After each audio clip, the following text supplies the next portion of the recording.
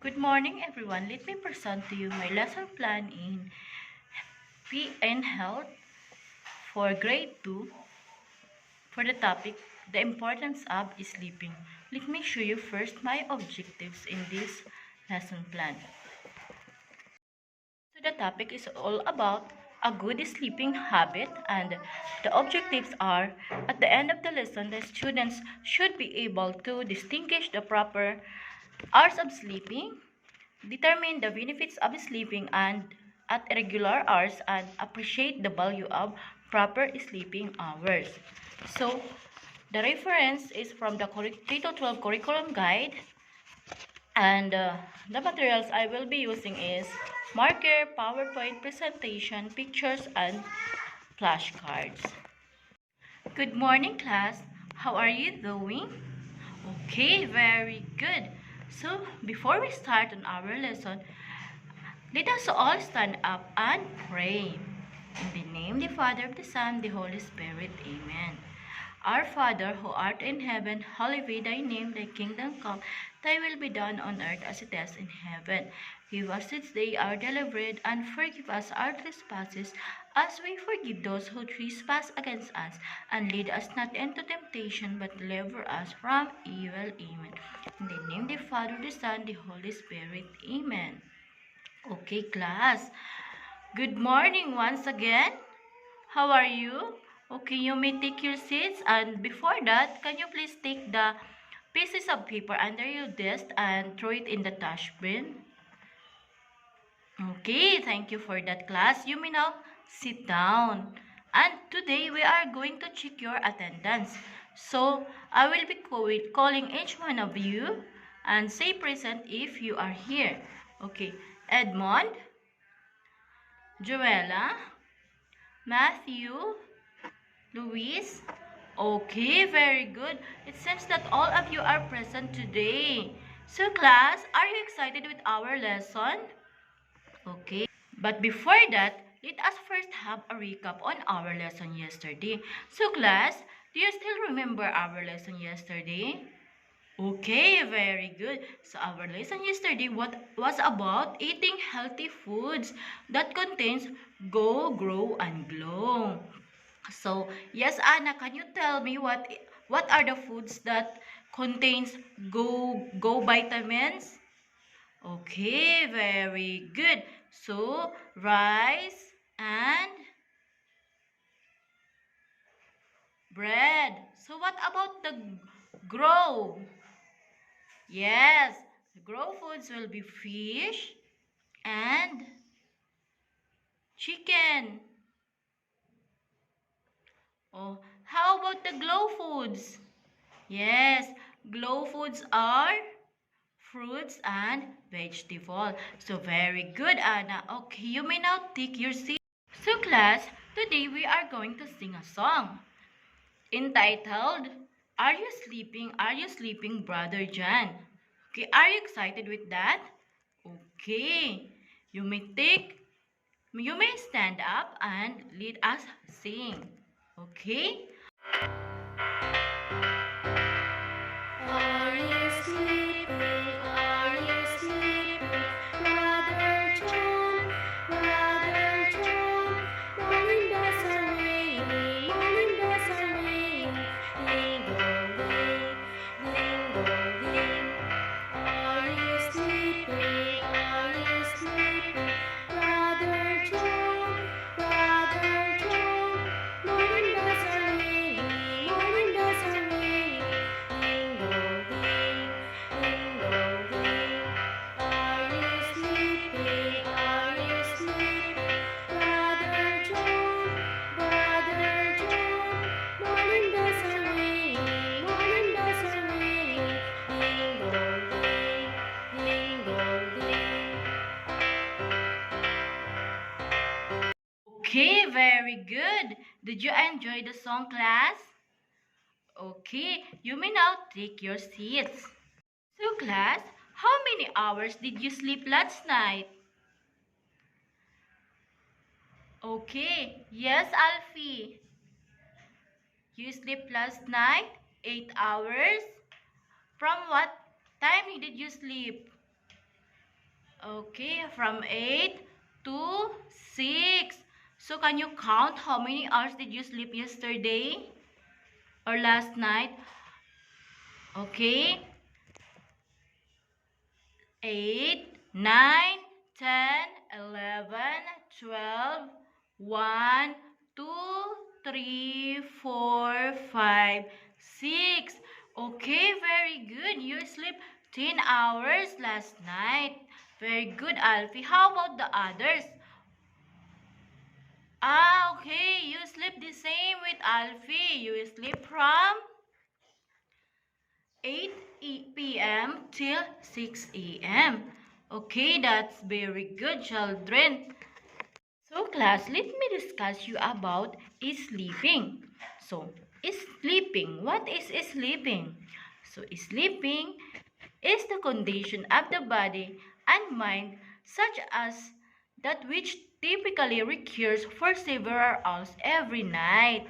So, the child like you needs 8 to 12 hours of sleep to make your body restore the energy that you spent in the entire day. So, you have to sleep to have energy for the entire day, because if you don't sleep, you will be tired and you will not be happy. Okay?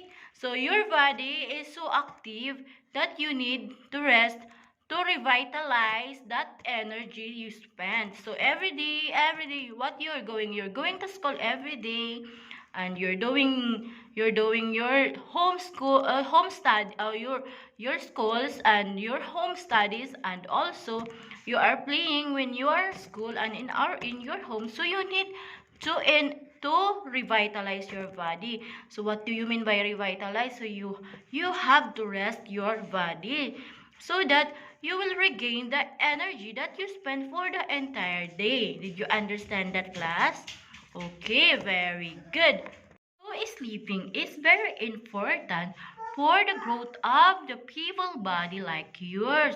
So it is important for your body, children, especially for your growth, that you are still small and you need to sleep more so that you will become big fast. Okay? So the ideal sleep nap is from 8 o'clock in the evening to 6 o'clock in the morning. So that's very good that you sleep also from 8 to 6. Okay? So it is also advisable to get a nap before you come to school in the afternoon, even just 15 minutes of sleeping in the afternoon. Why it is important to get a nap in the afternoon, children? Because you spend the entire morning studying, playing outside, and you need to rest your body again. So even just 15 minutes or 20 minutes nap a day before coming back to school, you can regain energy again for the afternoon class. So that's why it is important. If your mom told you to sleep in the afternoon, you have to listen to your mother, okay? So who among here are sleeping in the afternoon before coming to school? Yeah, okay, all of you are sleeping. That's very good, children. To be able to sleep soundly, you must maintain the calm surrounding and relaxing atmosphere, clean body, and clean, comfortable beddings. And most of all, pray before you sleep. Okay, children, did you understand that? So, you have to sleep in the evening. You have to clean your body first so that you can sleep very well. And most of all, before sleeping, you have to pray so that your angels and Papa Jesus will guide you and see you when you are sleeping. Okay? Now, children, let's move on to the generalization. I want to ask you who understand our lesson. So, children, what is sleeping? Anyone? Okay. Yes, Anna? Okay, very good. Sleeping is the condition of mind that which typically recurs for several hours every night. That's very good, Anna. So how many hours did you sleep last night? Okay, so all of you sleep last night 8 to 6 a.m. Very good, children. So it is important to sleep from 8 to 6, from 8 p.m. to 6 in the morning, so that you have to regain energy from your body, that you have to rest and you have to have more energy for the coming day. Is that understood, children? Okay, that's very good. Why it is important to sleep? Anyone? Yes, Rina? Yes, that's very good. So it is important to sleep so that you may regain the energy that you need for the entire day. Very good, children.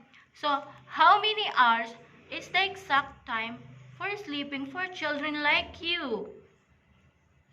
Yes, it is 8 to 10 hours every day. And how many minutes are you going to take a nap in the afternoon? Yes, it must at least 15 minutes nap in the afternoon before going back to school. Okay, very good, children. Now, we are going to have a group activity. So, you are going to group yourself into 4, and you are going to draw the way you sleep, and you have to color your drawing and show it to the class. Okay, so count yourself 1 to 4 and regroup each number. Okay, start from the right. So 1, 2, 3, 4. Okay, go to your group mates class. Okay, and then all you have to do is to draw the way you sleep in the evening, and then color your drawing and then present it to the class. I will give you 10 minutes for this activity. Okay, be quiet and cooperate with your group mates. Okay, very good.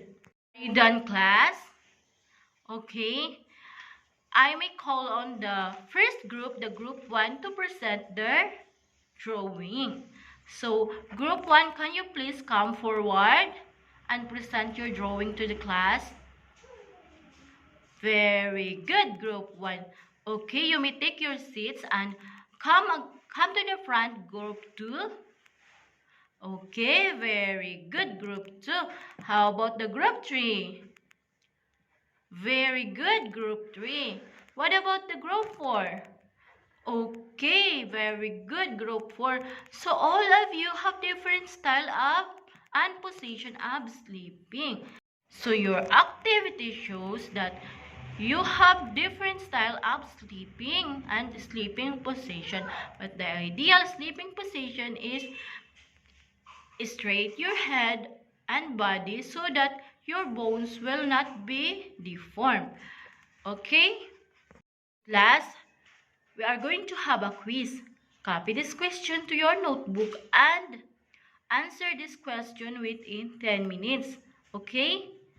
Okay, so the first question is, how many hours did a young child must sleep? So second question, why sleeping is good for you? So third question, what is sleeping? So the fourth question, what are the good habits before sleeping? So the fifth question is, what benefits does sleeping give you? I have written the visual of the questions and you have to copy this one to your notebook. Is that clear? Okay, very good.